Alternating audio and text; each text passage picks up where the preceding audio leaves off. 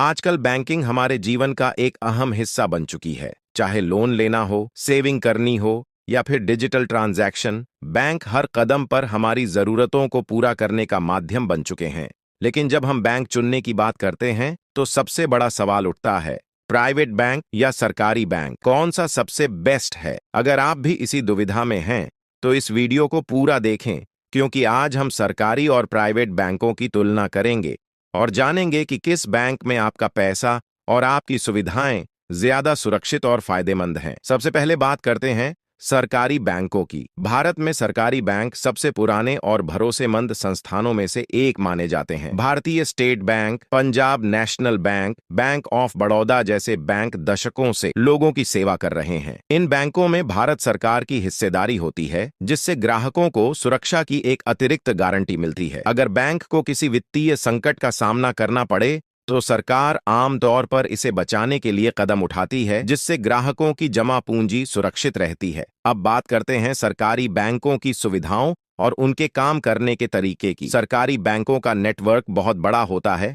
खास तौर पर ग्रामीण इलाकों में इनकी मौजूदगी अधिक होती है। जिन लोगों के पास इंटरनेट या डिजिटल सेवाओं तक आसानी से पहुंच नहीं है, वे भी सरकारी बैंकों की शाखाओं में जाकर अपने बैंकिंग कार्य कर सकते हैं। इसके अलावा सरकारी बैंकों में लोन लेने की सुविधा प्राइवेट बैंकों की तुलना में आसान होती है। किसानों, स्टूडेंट्स और छोटे व्यवसायों के लिए कई सरकारी बैंक विशेष योजनाएं चलाते हैं, जिनमें कम ब्याज दर पर लोन दिया जाता है। लेकिन सरकारी बैंकों में कुछ कमियां भी हैं। सबसे बड़ी समस्या इनकी धीमी सर्विस और लंबी प्रोसेसिंग टाइम होती है। अक्सर सरकारी बैंक की ब्रांच में लंबी लाइनें देखने को मिलती हैं और कई बार फॉर्मेलिटी इतनी ज्यादा होती है कि ग्राहकों को काफी परेशानी उठानी पड़ती है। इसके अलावा डिजिटल बैंकिंग सेवाओं के मामले में भी सरकारी बैंक प्राइवेट बैंकों की तुलना में थोड़ा पीछे रहते हैं। हालांकि बीते कुछ सालों में डिजिटलाइजेशन की वजह से इन बैंकों में सुधार आया है, लेकिन फिर भी प्राइवेट बैंकों की तुलना में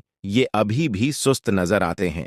अब बात करते हैं प्राइवेट बैंकों की। प्राइवेट बैंक जैसे एचडीएफसी, आईसीआईसीआई, एक्सिस बैंक और कोटक महिंद्रा बैंक तेज और बेहतर कस्टमर सर्विस के लिए जाने जाते हैं। इन बैंकों में डिजिटल बैंकिंग सुविधाएं बहुत अच्छी होती हैं। मोबाइल बैंकिंग, नेट बैंकिंग और एटीएम सर्विसेज काफी एडवांस होती हैं। अगर आपको किसी भी तरह की परेशानी आती है तो कस्टमर केयर सपोर्ट भी काफी तेज होता है। प्राइवेट बैंकों का एक और बड़ा फायदा उनकी प्रोफेशनल अप्रोच होती है। यहाँ स्टाफ काफी प्रशिक्षित होता है और वे ग्राहकों को बेहतर तरीके से हैंडल करते हैं। अगर आप तेजी से कोई बैंकिंग सुविधा चाहते हैं, जैसे कि लोन अप्रूवल या क्रेडिट कार्ड की सर्विस, तो प्राइवेट बैंक इसे बहुत जल्दी प्रोसेस करते हैं। लेकिन प्राइवेट बैंकों में भी कुछ कमियां होती हैं। सबसे बड़ी कमी यह है कि इनमें मिनिमम बैलेंस मेंटेन करने की शर्त होती है, जो सरकारी बैंकों की तुलना में ज्यादा होती है। अगर आप मिनिमम बैलेंस नहीं रखते हैं तो आपको पेनल्टी देनी पड़ सकती है। इसके अलावा प्राइवेट बैंकों में चार्जेस भी ज्यादा होते हैं,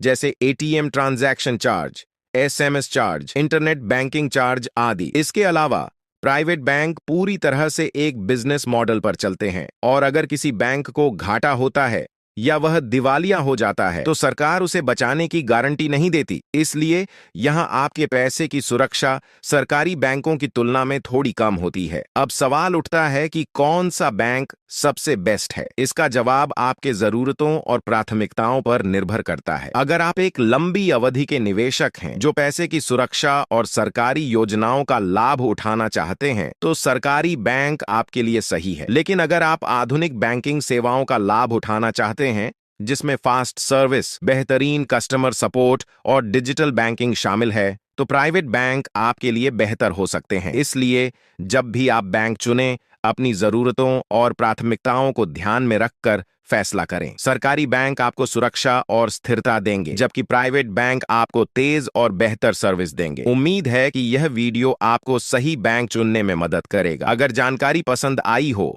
तो वीडियो को लाइक और शेयर जरूर करें और चैनल को सब्सक्राइब करना न भूलें।